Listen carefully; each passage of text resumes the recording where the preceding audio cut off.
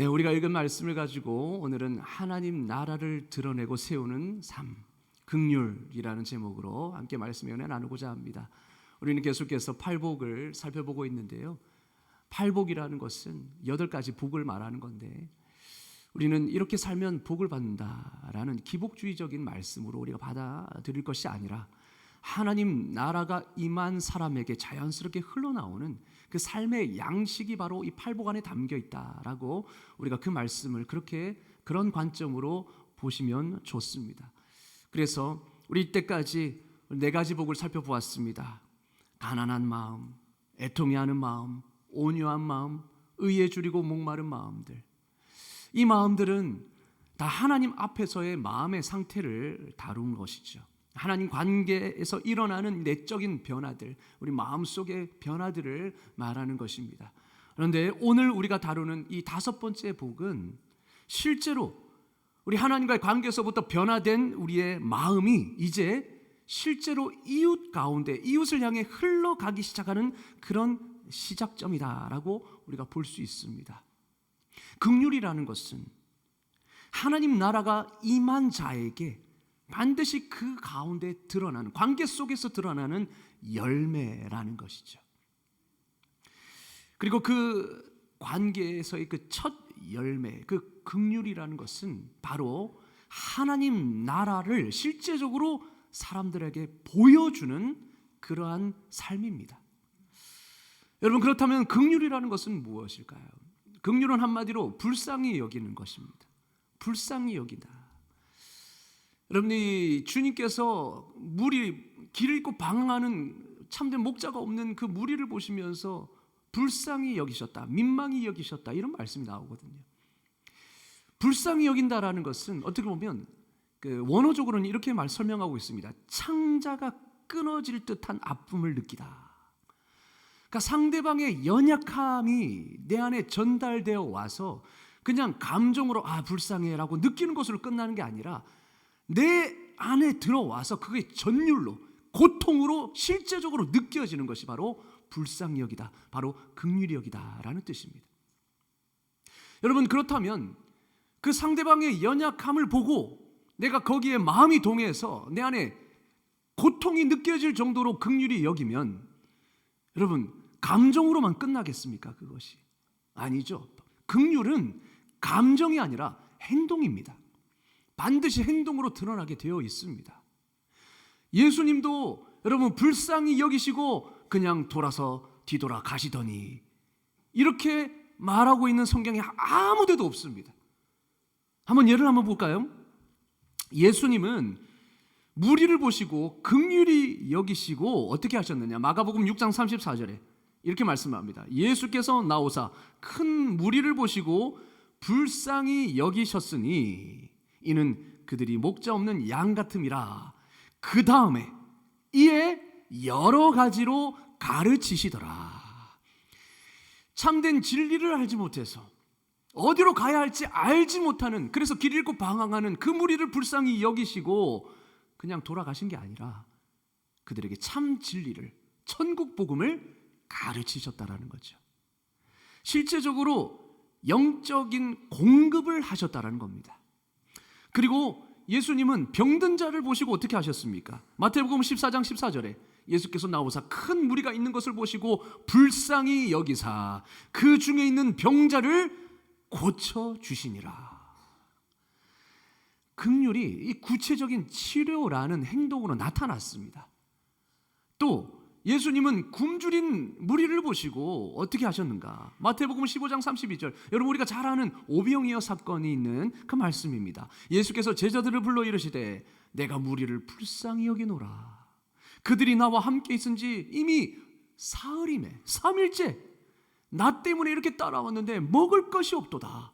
길에서 기진할까 하여 굶겨 보내지 못하겠노라. 예수님 그 말씀 들으려고 3일 동안을 쫓아다와서 굶었다라는 거예요. 그냥 보낼 수가 없다라는 겁니다. 불쌍히 여기셔서 그렇게. 그 다음에 어떻게 하셨습니까? 오병이어의 기적의 사건을 나타내신 것이죠. 그들을 다 먹이셨습니다. 무엇보다 우리 예수님은 우리를 불쌍히 여기시고 어떻게 하셨습니까? 실제적인 구원의 행동을 펼쳐 보이셨습니다. 이 땅에 오셨고 온갖 조롱과 온갖 모욕을 받으시고 우리의 죄를 대신 지셔서 십자가에 달려 죽으셨죠. 예수님은 우리를 불쌍히 여기시고 그것으로 끝나신 것이 아니라 십자가에 자신이 달려 죽으셨습니다. 긍휼이라는 것은 마음만 움직이는 게 아니라 마음이 행동으로 옮겨지는 것이죠. 불쌍히 여겨서 그 사람의 실제적인 연약함을 도와주고 필요를 채워주는 것이 바로 긍휼히 여기는 것입니다. 그래서 예수님은 선한 사마리아인의 비유에서도 긍휼을 행동으로 정의하십니다. 자, 사마리아인이 강도 만난 자를 보고 불쌍히 여겼습니다. 레위인, 지나가는 사람들 다 보고 어이구 불쌍하다 다 느꼈겠죠. 그런데 어떻게 합니까? 다 바쁘다는 이유로 나는 율법을 지켜야 돼. 그래서 시체를 만지면 안 돼. 그 이유로 그냥 다 지나쳐 버립니다. 이게 긍휼히 여기는 것일까요? 선한 사마리아 한 사람, 이방인으로 여기고 개같이 여겼던 그 사마리아 한 사람만 그 쓰러진 사람을 보고 어떻게 합니까? 불쌍히 여겨서 다가가서 상처를 치료하고 뿐만 아니라 여관으로 데려가서 쉬게 하고 그 여관비를 대신 지불해 줍니다.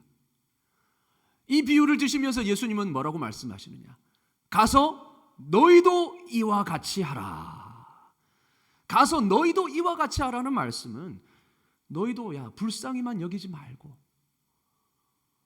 실제적으로 그 필요를 채워주라는 거예요. 그게 우리가 이웃에게 행할 삶이다라고 말씀해 주시는 것입니다. 여러분, 긍휼은 감정이 아니라 말이 아니라 행동인 줄로 믿습니다. 실제적으로 내가 불쌍히 여기고 내가 마음이 동해서 내 창자가 끊어질 듯한 고통을 느껴서 주님이 주시는 그 긍휼의 마음으로 그 사람을 섬기는 것이죠. 여러분, 그렇다면 우리가 이렇게 긍휼을 베풀어야 하는 이유는 무엇일까요? 긍휼을 베풀어야 하는 이유는 우리가 먼저 긍휼함을 받은 자이기 때문입니다. 여러분, 이것입니다. 내가 천국 가기 위해서, 내가 복 받기 위해서 이게 아니라 이미 내가 먼저 값없이 하나님으로부터 긍휼함을 입은 자이기 때문입니다. 여러분, 성경은 분명히 말씀하죠. 우리가 죄인 되었을 때에, 우리가 원수 되었을 때에 그리스도께서 우리를 위하여 죽으심으로 하나님께서 우리를 향한 그 사랑을 확증하셨느니라. 우리가 자격이 없을 때에 하나님은 먼저 손을 내미신 것입니다. 하나님이 먼저, 우리가 하나님을 찾을 수 없을 그때, 아니 찾지도 않을 그때 하나님은 우리를 불쌍히 여기시고 우리에게 손길을 내밀어 주신 것이죠. 그래서 긍휼은 우리가 천국 가기 위해서 억지로 해야 하는 그런 의무 같은 게 아니라 마땅히 받은 은혜를 기억하는 사람으로서 마땅히 흘려보내야 하는 것입니다. 한마디로 긍휼이라는 것은 은혜 받은 사람에게서 흘러나오는 열매라는 거죠. 열매. 바로 성령님이 주시는 열매입니다. 성령의 9가지 열매 중에 사랑이 있습니다. 오래 참음이 있습니다. 긍휼히 여기는 것도 바로 이로 말미암은 것이죠. 내가 하나님으로부터 말할 수 없는 은혜를 받고 말할 수 없는 자비와 용서함을 받은 사람이기 때문에 은혜 받은 사람으로서 그래, 내가 은혜 받았으니 나도 은혜를 베풀어야지, 나도 긍휼을 베풀어야지. 이게 바로 긍휼을 우리가 베풀어야 하는 이유라는 것입니다. 여러분, 사람의 마음에는 2개의 컵이 있다고 합니다. 하나는 받은 은혜의 컵이고 또 하나는 흘려보내야 할 긍휼의 컵입니다. 그런데 문제는 받은 첫 번째 이 컵이 채워지지 않으면 두 번째 컵을 흘려보낼 수가 없다라는 거예요. 내가 받은 은혜가 채워져야만 우리는 흘려보낼 수 있다는 것입니다. 여러분, 그래서 우리가 사랑을 받아본 사람만이 사랑을 베풀 수 있다 그러죠. 내가 불쌍히 여김 받은 사람만이 불쌍히 여길 수 있는 것입니다. 근데 우리는 그 첫 번째 컵이 충족되었습니다. 누구로부터요? 하나님으로부터. 값없이 그렇게 은혜를 받은 사람입니다. 그러니까 이미 첫 번째 은혜가 채워졌기 때문에, 컵이 채워졌기 때문에 우리는 이 흘려보내는 이 긍휼의 컵이 있는 거예요. 여러분, 긍휼은 받은 은혜를 기억하는 사람에게서 흘러나오는 것입니다. 그래서 긍휼을 베푸는 삶이 곧 무엇을 뜻합니까? 나는 은혜 받은 사람이다 라는 것을 보여주는 거예요. 그래서 긍휼은 하나님 나라를 보여주고 드러내는 삶입니다. 내가 은혜 받은 사람이다 라는 것을 보여주고 그 은혜가 어떤 은혜인지를 사람에게 보여주는 것입니다. 하나님께 받은 긍휼이 우리를 통해 흘러갈 때에 세상은 하나님 나라를 보게 될 줄로 믿습니다. 하나님 나라는 은혜로 이루어진 나라구나. 하나님의 백성은 은혜를 입은 자이구나. 그것을 깨닫는다는 거죠. 그런데 받은 은혜를 잊어버리면 긍휼도 잊어버립니다. 사람이 긍휼을 베풀지 않는 이유, 사람의 마음이 완악해지는 이유는 받은 은혜를 모르기 때문입니다. 받은 은혜를 잊어버렸기 때문입니다.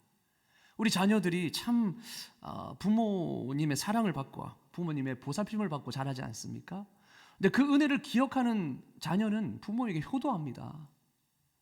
제가 병원에 3개월 동안 있을 때 우리 어머님 그리고 부모님이 정말로 지극정성으로 병수반을 하셨거든요.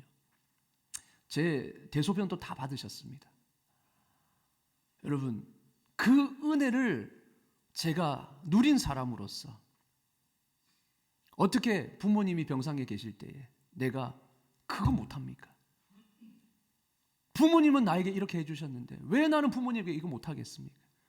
그런데 그 은혜를 잊어버리면요, 못하는 겁니다. 내가 왜 이거 해야 돼? 이렇게 되는 거예요. 은혜를 잊어버리면 긍휼의 마음도 다치는 것입니다. 마태복음 18장에서는 1만 달란트 빚진 자의 비유가 나옵니다. 주인에게 어마어마한 돈을 빚진 사람이 나옵니다. 종이 나옵니다. 그런데 이 주인이 원래 따지러 그 사람을 불렀다가 너무 불쌍한 거예요. 그래서 그 1만 달란트, 어마어마한, 지금으로 보면 몇 억이 됩니다. 몇십억이 되는 그 돈을 다 탕감해 준 겁니다. 그러면 이제 그 사람은 이제 그 빚에서 자유한 거 아닙니까? 얼마나 은혜를 받은 겁니까? 근데 나가서 그래, 나에게 빚진 자를 나도 용서해 줘야지, 이렇게 살아갑니까? 아닙니다. 100데나리온 빚진 자를 불러다가 너 왜 내 돈 안 갚아? 감옥에 쳐넣어버립니다. 이 소식을 들은 이 처음에 빚을 탕감해 주었던 주인이 그 사람을 불러서 내가 이렇게 은혜를 베풀어 줬는데 너는 왜 그렇게 쪼잔하게, 왜 긍휼을 베풀지 못하느냐? 그래서 처음에 탕감해 줬던 모든 것들을 무효로 하지 않습니까? 여러분, 그가 왜 그랬을까요? 그는 어마어마한 은혜를 받은 사람인데 왜 그 고작 100데나리온을 용서해 주지 못했을까? 받은 은혜를 잊어버렸기 때문이죠. 자기가 어떤 처지에 있었는지를 까맣게 잊어버렸기 때문입니다. 어떤 사람이 죄를 지어서 감옥에 갇혔습니다. 그래서 무기징역이라는, 평생 감옥에 갇혀 살아야 되는 그런 형벌을 받았습니다. 그런데 광복적 특사로, 모범 죄수, 이런 여러 가지로 사면을 받은 거예요. 그래서 풀려나게 됩니다. 그럼 그 죄수의 마음이 어떻겠습니까? 나는 평생 감옥에서 썩을 줄 알았는데 나에게 이런 은혜가 오다니. 그래서 교도소를 떠나면서 이렇게 교도관에게 말합니다. 이 은혜 평생 잊지 않겠습니다. 그런데요, 며칠 뒤에 어떤 사람이 어깨를 톡 치고 지나갔습니다. 근데 지금 툭 치고는 사과를 하지 않고 그냥 가는 거예요. 열받아가지고 그 사람을 뒤통수를 확 그냥 폭력을 행사해버렸습니다. 여러분은 이 말을 듣고, 제가 지어낸 얘기지만 이 말을 듣고 어떤 생각이 드십니까? 어떤 생각이 드십니까? 저런 죽일 놈이 있나? 받은 은혜 잊어버려 평생 잊지 않는다 해놓고 그 어깨에 소위 그 속된 말로 어깨빵이라 그러죠. 어깨 툭 치고 지나간 거 그거 하나 용서 못하는가. 자기는 그렇게 큰 죄를 용서받아 놓고 말이죠. 이게 바로 우리의 삶일 수 있다는 겁니다. 여러분, 우리가 누군가를 용서하지 못하는 이유가 바로 여기 있습니다. 내가 얼마나 큰 은혜를 받은 사람인가, 내가 하나님으로부터 얼마나 어마어마한 죄를 용서받은 사람인가, 이거를 잊어버리면 나에게 잘못을 저지른 사람, 그 조그마한 잘못도 용서하지 못하게 되는 거죠. 여러분, 그런데 여러분, 하나님 앞에서 우리 모두는 동일한 죄인입니다. 하나님 앞에서는 크고 작은 죄가 없어요. 모두 도토리 키재기입니다. 다 동일한 죄인입니다. 하나님이 우리를 보실 때도 저를 보실 때도 똑같이 안타까운 죄인입니다. 여러분, 긍휼은 자기 자신을 제대로 보는 사람에게서 나옵니다. 아, 주님이 보실 때도 나도 저랬겠구나. 여러분, 우리가 용서하지 못하는 사람이 있잖아요. 괘씸한 사람이 있잖아요. 왜 말을 저렇게 할까? 왜 나에게 행동을 저렇게 무례하게 할까? 내가 저 사람한테 해준 게 얼만데 되돌아오는 게 왜 저것뿐일까? 근데 곰곰이 생각해 보면, 아, 하나님 앞에 나도 저랬겠구나. 하나님 앞에서 나도 저렇구나. 그거를 깨달을 때 긍휼의 마음이 나오는 겁니다. 아, 그래, 저 사람이 못 깨달아서 그렇구나. 몰라서 저렇겠구나. 하나님 깨닫게 해주십시오. 긍휼의 마음이 그때 올라오는 거죠. 그런데 여러분, 은혜를 잊으면 사람은 다시 옛 모습으로 돌아갑니다. 그러나 은혜를 기억하면 긍휼이 흘러나오는 줄로 믿습니다. 여러분, 은혜를 늘 기억할 수 있기를 원합니다. 여러분의 그 하나님의 은혜, 하나님의 사랑의 지수가 늘 날마다 새로워지기를 주님의 이름으로 축원합니다. 여러분, 도저히 용서할 수 없는 사람이 있습니다. 불쌍히 여겨서는 안 될 정말 뻔뻔한 사람이 있을 수 있습니다. 그런데 여러분, 내가 재판장이 되어서 그 사람의 옳고 그름을 판단하는 그 잘못을 범하지 마시기를 바랍니다. 내가 바라보는 그 잣대로 나에게 똑같이 되면 여러분, 진작에 우리는 사형감입니다. 미국의 보디 바우컴 목사님이 있습니다. 그 목사님이 이런 말씀하셨습니다. 목사님은 종종 이제 청년들에게 이런 질문을 받는다는 거죠. 만약에 하나님이 정말 살아계시고 하나님이 선하시다면 왜 무고한 사람이 저런 비극적인 일을 경험합니까? 그러니까 불신자들이, 무신론자들이 이렇게 계속 반문한다는 거죠. 하나님이 정말 살아계시고 하나님이 정말 선하시다면, 하나님이 공의로우시다면 왜 무고한 사람이 저렇게 비극적인 일을 당합니까? 왜 저 악한 사람이 저렇게 날뛰게 놔두십니까? 그 질문에 대해 목사님은 대답하지 않는다고 합니다. 대신 이렇게 질문을 한다고 합니다. 하나님이 선하시고 하나님이 전능하시고 공의로우시다면 당신이 어제 생각하고 말하고 행한 일 때문에 왜 하나님께서 어젯밤에 당신을 치지 않으셨을까요? 여러분, 그 질문을 나에게 한번 해보시기 바랍니다. 하나님이 정말 선하시고 공의로우시다면 우리는 지난날에 행한 모든 말과 행동으로 인해서 이미 죽었어야만 했습니다.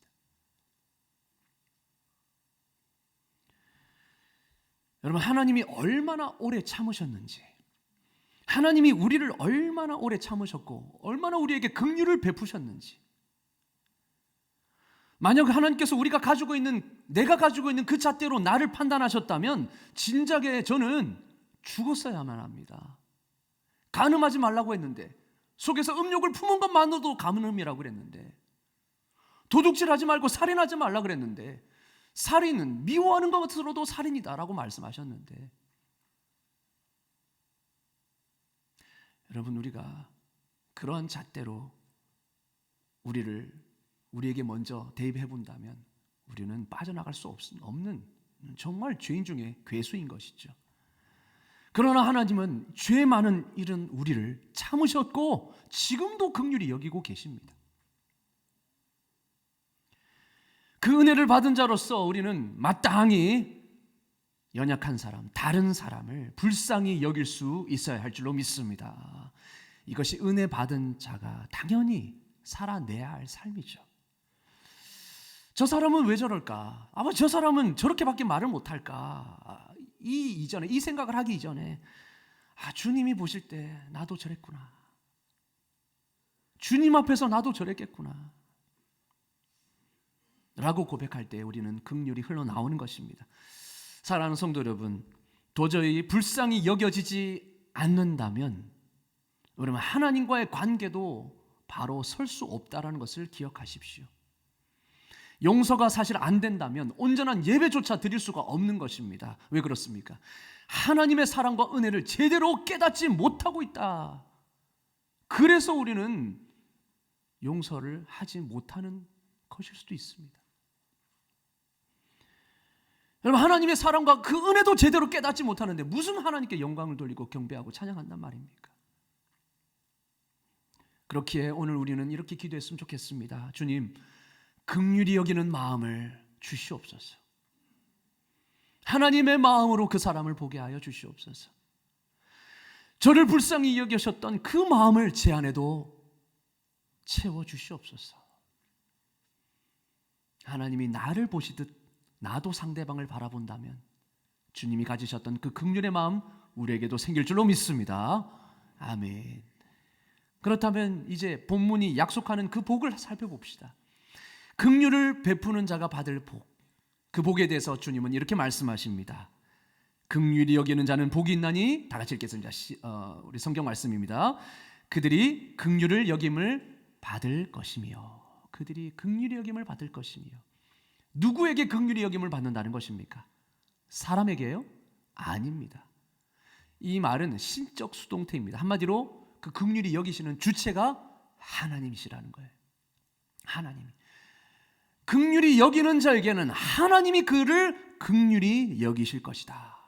이 말은 현재 그런 임하는 긍휼도 있겠지만 마지막 날에 종말적으로 임하는 그 약속입니다. 마지막 날 하나님께서 긍휼을 베풀어 주신다는 그 종말론적 약속이기도 합니다. 야고보서 2장 13절은 이렇게 말합니다. 긍휼히 행하지 아니하는 자에게는 긍휼 없는 심판이 있으리라. 무서운 말씀이죠. 그리고 이렇게 말합니다. 긍휼은 심판을 이기고 자랑하느니라. 긍휼은 심판을 이기고 자랑한다. 여러분, 긍휼을 베푸는 자는 심판을 이기는 복을 받습니다. 이 말은 행위 구원을 말하는 게 아니에요. 예수님 믿지 않아도 긍휼을 베푸는 삶만으로도 구원받는다, 그런 의미가 아닙니다. 긍휼은 구원의 조건이 아니라 구원의 증거입니다. 여러분, 이 말은 이렇게 해석해야 됩니다. 긍휼은 구원받은 자에게서 자연스럽게 나타나는 열매입니다. 그래서 긍휼은 구원의 조건이 아니라 구원의 증거인 거죠. 그래서 긍휼을 베푸는 삶은 마지막 날에 우리가 하나님께 속한 사람이다라는 것을 드러내는 증거가 된다라는 거예요. 그래서 긍휼은 심판을 이기는 증거가 되는 것입니다. 그래서 긍휼을 베푸는 삶은 우리가 하나님께 속한 사람이다라는 것을 증거하는 것이자 동시에 마지막 날 하나님께서 우리를 긍휼히 여기신다라는 확증이기도 합니다. 결국 예수님은 이렇게 말씀하시는 거죠. 너희가 긍휼을 베풀 수 있다면 그것은 이미 너희가 내 긍휼 안에 있다라는 증거다. 그러니 두려워하지 말라. 너희는 내 나라의 백성이니라. 이런 약속인 것입니다. 이런 축복인 것이죠. 여러분, 긍휼은 하나님 나라가 임한 자에게 흘러나오는 그런 삶의 양식입니다. 그렇기 때문에 그것은 마지막 날에 우리가 하나님의 백성임을 증거하는 확증이 되는 것이죠. 하나님 나라가 우리 안에 임하면 반드시 긍휼로 흘러나오게 되어 있습니다. 하나님의 사랑과 하나님의 그 용서를 정말로 진심으로 십자가의 은혜를 우리가 깨닫는다면, 그리고 그것을 믿고 있는다면 우리의 삶 가운데 그 십자가의 은혜를 흘려보낼 수밖에 없는 것입니다. 왜냐? 내 양심이 그렇게 말하거든요. 야, 네가 그렇게 은혜 받은 자로서 그 한 사람 용서 못해도 되겠느냐? 내 안에 있는 성령께서 계속 말씀하시는 거지 않습니까? 그래서 긍휼은 하나님 나라를 가장 잘 보여주는 삶의 방식입니다. 어느 교회에서 매주 그 지역의 독거노인과 취약계층에게 도시락을 배달하는 사역을 했어요. 우리 교회도 반찬 봉사하고 있죠. 그래서 한 50가정 되는 그 독거노인 또 필요한 분들에게 계속해서 반찬을 만들어서 그렇게 섬기는 사역을 정말 신실하게 우리 모든 우리 성도님들 해나가고 계십니다. 근데 그 교회도 마찬가지였어요. 어느 권사님이 몇 년 동안 같은 어르신에게 도시락을 전달했습니다. 그 어르신이 어느 날 이렇게 권사님에게 말했다고 합니다. 나는 권사님만 오는 날만 기다립니다. 권사님 오는 날만 기다립니다. 왜 그렇겠습니까? 도시락이 좋아서? 아니요. 이렇게 말합니다. 누군가 나를 찾아와 준다는 게 너무 고맙습니다. 독거노인에게 아무도 찾아와 주지 않고 관심을 가져주지도 않는 그런 사람에게 꾸준히 도시락을 들고 찾아와 준다는 게 너무 고맙다는 거예요. 그러면서 그분은 이렇게 생각하겠죠. 아, 나도 누군가에게 의미 있는 사람이구나. 여러분, 권사님이 왜 그렇게 하시겠습니까? 몇 년 동안이나 그렇게 할 수 있었던 거 왜 그렇겠습니까? 천국 가기 위해서요? 아니요. 이미 구원받은 사람이기 때문에, 이미 나 같은 죄인을 위하여 내가 뭔데 나를 위해 십자가의 희생을 해주신 그 하나님의 사랑, 그 주님의 사랑, 그거를 이미 경험한 사람이기 때문에 너무 감사해서 그 사랑을 어떻게든 흘려보내고 있는 것입니다. 이게 바로 구원받은 사람의 증거 아니겠습니까? 그리고 그 긍휼의 마음을, 긍휼의 여김을 받은 그 독거노인 어르신은 누군가 그래도 나를 꾸준히 생각해주고 찾아와 주는구나. 그것을 통하여서 주님의 사랑, 주님의 손길을 느끼는 것이죠. 누군가가 나를 찾아와 준다는 게 너무 고맙다라는 거예요. 여러분, 살다 보면 자녀와 갈등을 일으킨 사람도 있을 것이고, 또 관계 속에서 이런 갈등 속에서 아무도 찾아와 주지 않는 사람이 있습니다. 근데 사실 어떻게 보면요, 우리 하나님 앞에서 우리는 버림받아야 되는 영혼이었습니다. 왜냐? 하나님을 대적하고 하나님 싫다고 떠난 자들 아닙니까? 그런데도 하나님은 우리를 잊지 않고 먼저 찾아와 주시고 그 아들을 통해서 우리에게 먼저 길을 열어주시는 그 하나님만 생각하면 우리가 용서하지 못하고 긍휼을 베풀지 못할 사람이 누가 있겠습니까? 우리가 그렇게 긍휼을 베풀 때에 그 사람은 우리를 통해 하나님의 사랑을 보게 될 줄로 믿습니다. 우리가 받은 이 구원, 우리가 경험하는 이 하나님의 나라는 바로 긍휼로 이루어진 것입니다. 하나님의 긍휼이 아니면 우리는 하나님의 자녀가 될 수가 없는 존재이잖아요. 그런데 하나님께서는 우리를 불쌍히 여기시고 사랑하시고 끝까지 오래 참으셔서 우리를 지금까지 인도해 주고 계십니다. 여러분, 우리도 그것을 드러낼 수 있기를 원합니다. 내가 받은 그 은혜를 보여줄 수 있기를 원합니다. 무엇으로요? 긍휼을 베품으로, 오래 참아줌으로, 용서해 줌으로, 구체적으로 그 사람의 연약한 사람의 필요를 채워줌으로 내가 받은 그 은혜, 나에게 임한 하나님의 나라를 보여줄 수 있기를 주님의 이름으로 축원합니다. 아멘. 그래서 오늘 우리는 기도합시다. 왜냐하면 내 힘으로는 안 되니까요. 주님의 사랑이 채워져야 합니다. 주님의 사랑을 더 깊이 깨달아야 합니다. 그래서 우리는 이렇게 기도하기를 원합니다. 주님, 긍휼히 여기는 마음을 제 안에 부어 주시옵소서. 주님이 저를 불쌍히 여기셨던 그 마음을 제게도 주시옵소서. 그 사랑으로 저도 다른 사람을 보게 하여 주시고 받은 은혜를 기억하여 그 은혜가 긍휼로 흘러 들어가게 하여 주시옵소서. 여러분, 이 기도가 저와 여러분의 기도가 될 수 있기를 주님의 이름으로 축원합니다. 우리 모두 긍휼의 사람이 되어서 하나님의 나라를 세상에 드러내는 신실한 생명으로 살아가기를 주님의 이름으로 축원합니다. 아멘. 기도하겠습니다.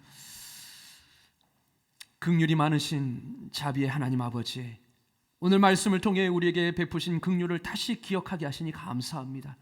우리가 아직 죄인 되었을 때에, 정신 차리지 못할 때에, 정신도 못 차릴 때에 먼저 찾아와 주시고 우리를 용서하여 주시고 품어주시고 새 생명을 주신 그 은혜를 잊지 않고 날마다 감사하게 하여 주시옵소서. 그래야 예수님께서 나를 위해 십자가까지 지신 그 긍휼의 길을 우리도 따라가게 하여 주시옵소서.